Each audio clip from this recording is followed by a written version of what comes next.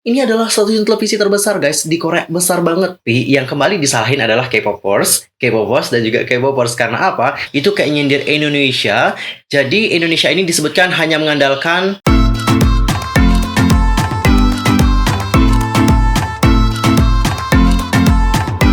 Hey yo, what's up guys? I'm Mr. Kim. Welcome back to my YouTube channel. Nah, gimana sih kabarnya hari ini? Baik-baik aja dong ya. Dan buat kalian yang gak lagi baik-baik aja, pokoknya tetap semangat ya guys. Don't give up. Cheer up baby. Nah guys, untuk hari ini kita akan ngebahas tentang hal yang lagi heboh banget dan juga panas banget, yaitu tentang MBC. Yang mana MBC ini kayak ngebuat geram netizen Indonesia. Kok bisa gitu ya? Wait, tahan dulu dong. Sebelum kita bahas bersama-sama, pastiin dulu untuk tekan tombol subscribe, bunyi loncengnya, serta jangan lupa juga ya buat like, comment, dan share kepada teman-teman K-popers yang lain.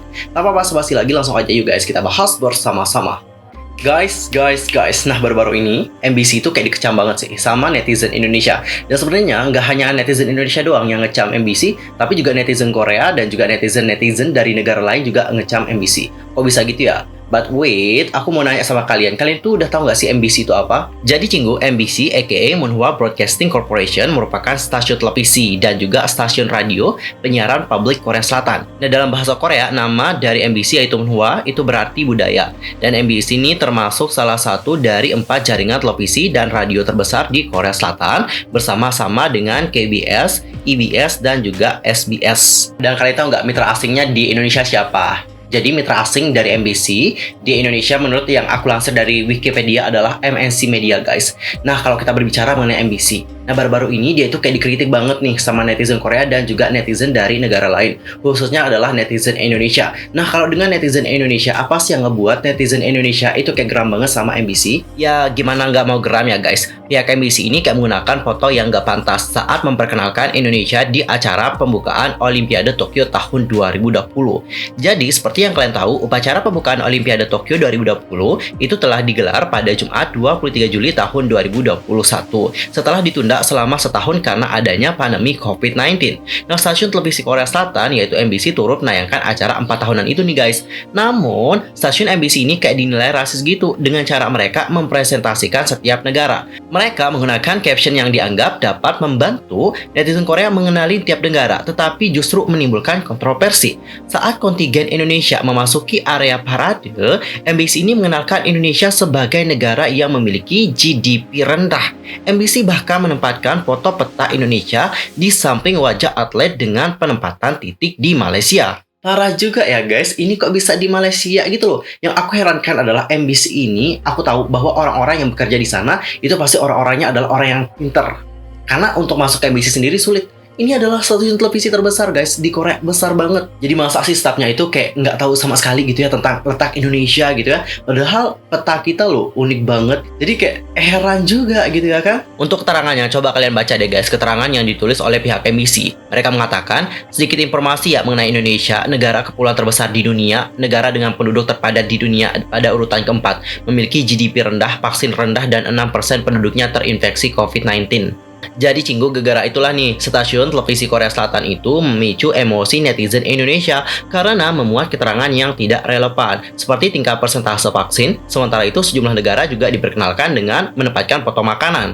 Misalnya nih saat atlet asal Italia memasuki area parade, MBC ini menampilkan foto pizza. Terus dalam acara pembukaan Olimpiade Tokyo 2020, stasiun televisi itu juga menempatkan foto sushi untuk Jepang dan ikan salmon untuk Norway. Sejumlah negara juga bahkan digambarkan dengan foto yang sensitif nih guys karena menyinggung masalah politik. MBC menempatkan foto peta Wuhan untuk Cina, foto tembok perbatasan Israel-Palestina untuk Palestina, dan juga tembok Berlin untuk Jerman. Nah, emosi netizen di mancanegara juga semakin memuncak sih saat MBC menggunakan foto insiden nuklir Chernobyl untuk mengenalkan Ukraina, sementara untuk Haiti dikenalkan dengan foto insiden kerusuhan di negara tersebut. Dan Cinggu melihat apa yang dilakukan oleh MBC, banyak sekali dari netizen Korea itu geram banget serius. Banyak sekali dari netizen Korea yang sudah geram banget dengan pihak MBC. Dan bahkan netizen Korea ini juga menuntut MBC ini mengeluarkan permintaan maaf. Dan sebelumnya mereka ini sudah mengeluarkan permintaan maaf, tapi permintaan maaf pertama mereka itu hanya dengan pin komen saja di postingan mereka.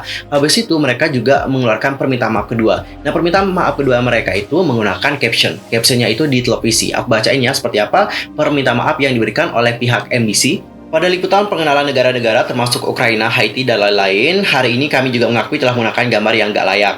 Selain itu, kami juga menggunakan gambar dan subteks yang tidak pantas saat menampilkan negara-negara tersebut. Kepada negara-negara termasuk Ukraina dan kepada pemirsa kami di sini mohon maaf.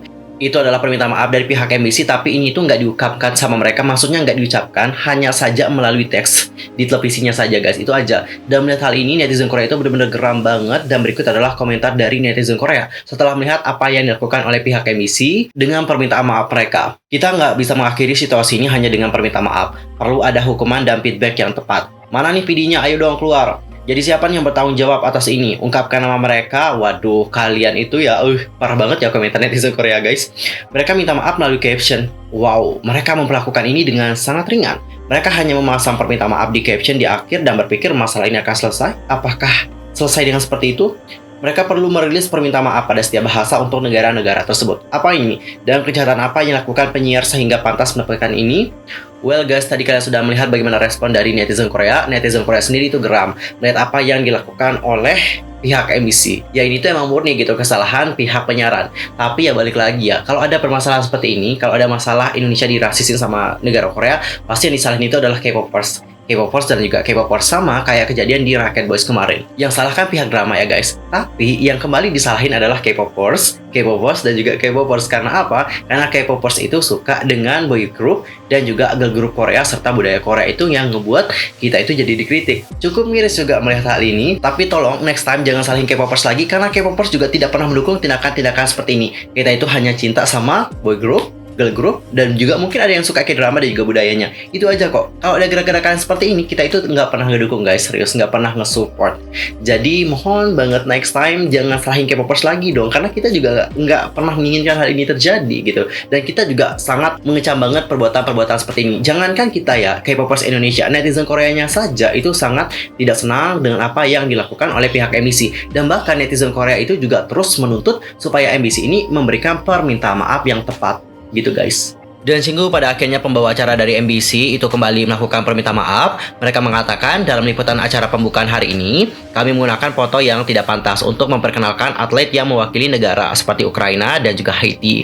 Kami juga menggunakan kalimat yang tidak pantas untuk menyoroti beberapa negara lain. Kami meminta maaf kepada pemirsa dan juga orang-orang Ukraina dan negara-negara lain.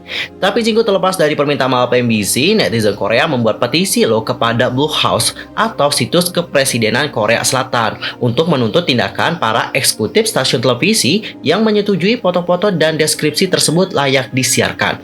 MBC kemudian membuat permintaan maaf melalui akun Twitter pada Sabtu tanggal 24 Juli tahun 2021.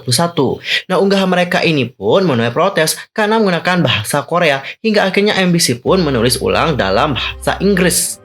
Mereka menuliskan bahwa gambar dan keterangan dimaksudkan untuk memudahkan pemirsa memahami negara yang masuk dengan cepat selama upacara pembukaan.